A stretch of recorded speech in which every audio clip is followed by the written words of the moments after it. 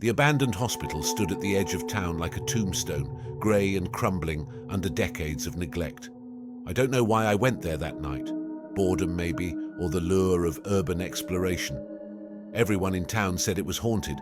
I thought that was just small-town folklore. Turns out I was wrong. I pushed open the rusted double doors, the creak echoing down the empty hallways. A wave of cold air hit me, heavy with the smell of mildew and something metallic. My flashlight beam jittered across the walls, peeling paint curling like dead skin. The place had been shut down 30 years ago after a fire in the East Wing. Some said the patients didn't all make it out. Others said some had never left. Just a building, I muttered to myself, the words shaky in the silence. My voice barely sounded human in the hollow space. The first few rooms I explored were empty shells, rows of rusted bed frames and shattered windows. Graffiti covered the walls, crude faces and symbols scratched over the remains of someone suffering.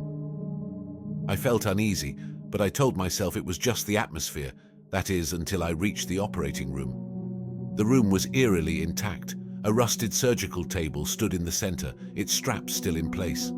Scattered instruments lay on a metal tray, their blades dulled but still menacing. A blackened light fixture hung from the ceiling, swaying slightly, though I felt no breeze.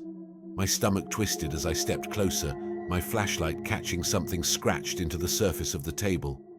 "Help us." I froze. The letters weren't faded like the graffiti. They looked fresh, carved recently. My mind raced, trying to explain it. Vandals, someone else exploring. Then I heard it. A whisper. Faint, almost imperceptible. "Leave." I spun around, the flashlight trembling in my grip.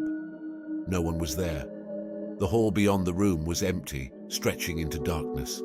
My pulse thundered in my ears, but I forced myself to stay calm.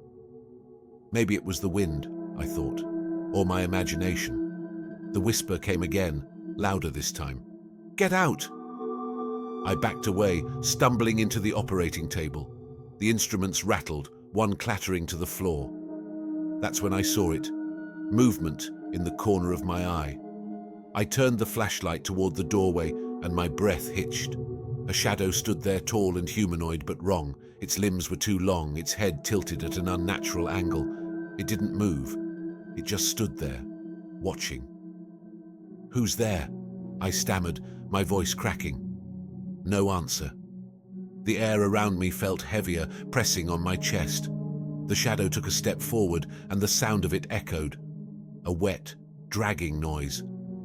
I backed away, the beam of my flashlight faltering. When the bulb flickered and went out, I screamed. In the pitch black, the whispers grew louder, overlapping voices filling my ears. "Help us! Run! Stay! Die!" I bolted, crashing into walls, clawing for the exit. When I finally burst outside, the night air hit me like a slap. My heart pounded as I turned back toward the hospital. The doors were closed, but in the cracked window above them, I saw a shadowy figure watching me. I haven't gone back since. But sometimes, in the dead of night, I still hear the whispers.